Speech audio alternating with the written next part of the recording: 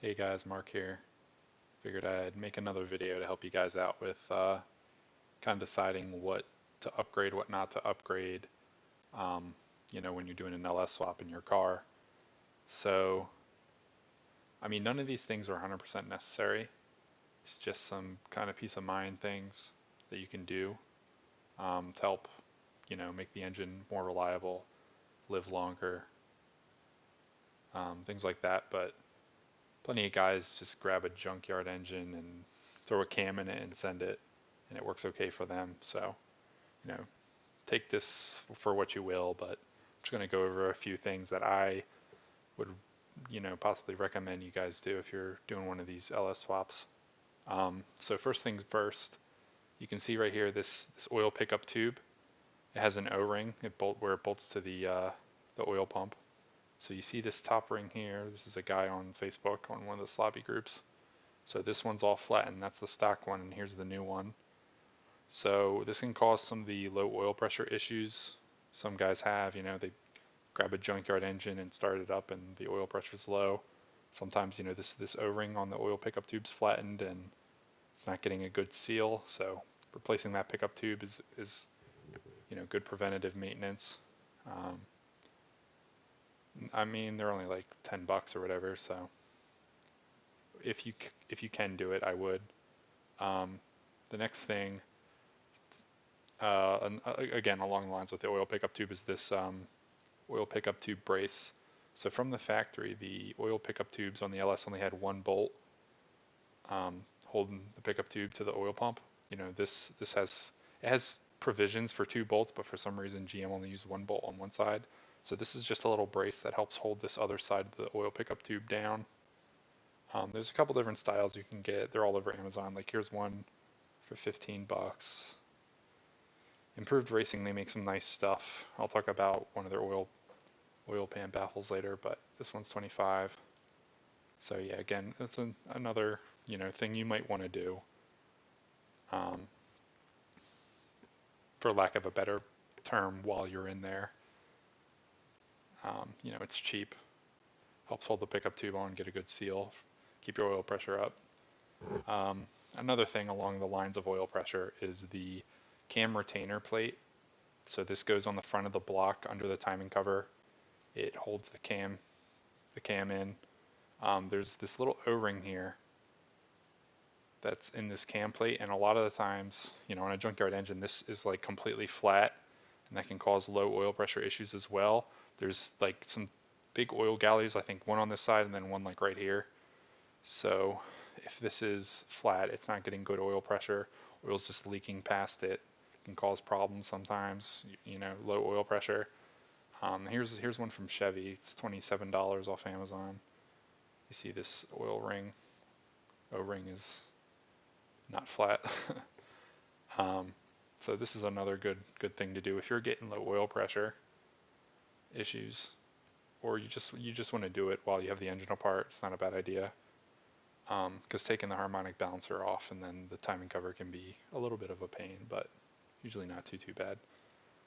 So next, this is actually a picture I took. I had a couple lifters laying around. So next thing you might want to consider replacing is these lifters, especially if you have a Gen 3 engine. You can see the Gen 4 lifter here, and this is a Gen 3 on the left. The Gen 4 lifter has a lot more metal and meat around the roller. These Gen 3 lifters sometimes have issues where this will actually break off if you're getting valve float, or they're just old. You have a stiff valve spring or something. These can break, and it'll wipe out your cam. So that's not good. So getting LS7 lifters or just Gen 4 lifters in general, it's not a bad idea. I think they're like $150 now, but yeah, these are more reliable. Also, the LS7 lifters are supposed to be more stable at high RPM. So if you want to rev your engine out, even going better than an LS7 lifter and getting some kind of or those Johnson lifters or something with the link bar.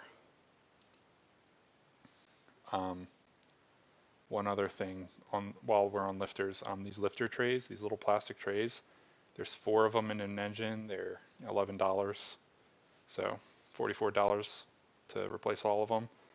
This is a good idea to replace these if you have the heads off, because you see right here there's a little indentation like a square, and that's what this groove in the lifter sits in that squared off part there to keep the lifter from spinning, so it's, the roller is riding like it should on the cam. If you have really old lifter trays in your engine, they can, wear out, and the lifter will actually spin around in the tray, and it'll just mess up your day. It'll wipe out your cam lobes. It sucks. I've seen it happen to a few guys. So $44 for these, not a bad investment if you've got the heads off. Up next, if you want to rev your engine way out, 7K you could do with the stock oil pump. I mean, I'm doing it, but if you want to rev way out to like 8K or somewhere around there, oil pump, high pressure, high volume oil pump's a good idea. Some guys say the high volume is not good. It'll suck the oil pan dry, but there's a guy I know making a ton of power, and he has a high volume, high pressure oil pump, a melting pump, and he says he's had no issues with it.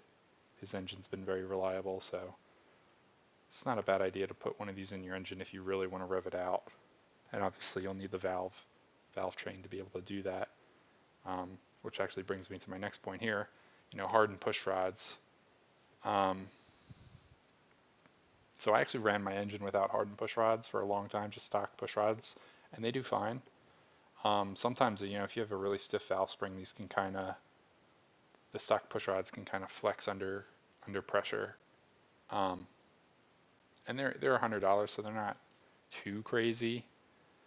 80 wall, 5/16 diameter is good for pretty much what most people need.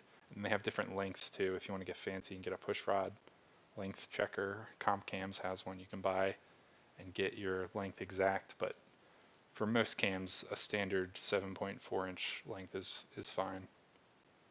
So that's something you might want to consider. But honestly, this isn't a super high priority. If you just have a basic combo with, Pac 12 18 springs or something. Like I was saying, I ran stock push rods for, a year or two. They did fine. Okay, so up next, I've got this oil pan baffle right here from Improved Racing. These guys are, they make nice stuff, like I was saying earlier with the oil pickup tube brace. So this is for the F-body oil pan, which if you're a Z31 guy, that's probably the oil pan you're running. These are a good idea. If you're at the track, you're pulling some G's, drag racing or, cornering on road course or something, autocross, whatever. It's not a bad idea. So this has little trap doors around the, close out of that, keeps going off. It has trap doors around the oil pickup tube, so oil can come in, but it can't slosh out. It keeps oil around the pickup tube, so you don't have oil pressure drops around corners or hard acceleration. Yeah, so that's a good idea if you're really seriously tracking the car. Most guys can do just fine without one, but it's just something to consider if you're seriously racing, like I said. And then next, another oil pressure mod to get you better oil pressure if you have oil pressure issues. So here's a good picture. This is actually the stock plastic GM oil barbell. So where this goes in the back of the block. You have to take off the rear main cover. The stock one's plastic, but you can get these nice metal ones with O-rings, and they seal up better. Here's a good diagram. So basically there's a big oil galley in the block here, and this barbell seals it so oil will flow into the filter and then back up. So this can help oil pressure issues if you have any oil pressure issues. It's just a pain if the engine's already in the car and you want to do this, because like I said, you gotta take the transmission off, obviously, if you have the transmission bolted on, and you have to take off the whole rear main cover to get to this. So yeah, I mean, they're cheap. This one's $30, but you can find cheaper ones on Amazon for 15 bucks or whatever. So I did this to my engine. It's not a bad idea to do. Help keep your oil pressure up. So I think that's it. I think I covered pretty much most of the common, kind of recommended upgrades. A lot of this stuff I've done to my own engine, so it's not a bad idea to do um, if you really want your engine to be reliable as possible. So that's it for this video, guys. I'll see you in the next one. If you have any questions, leave a comment below or hit me up on Facebook. I'll usually pretty good at getting back to people and helping them out. So, all right.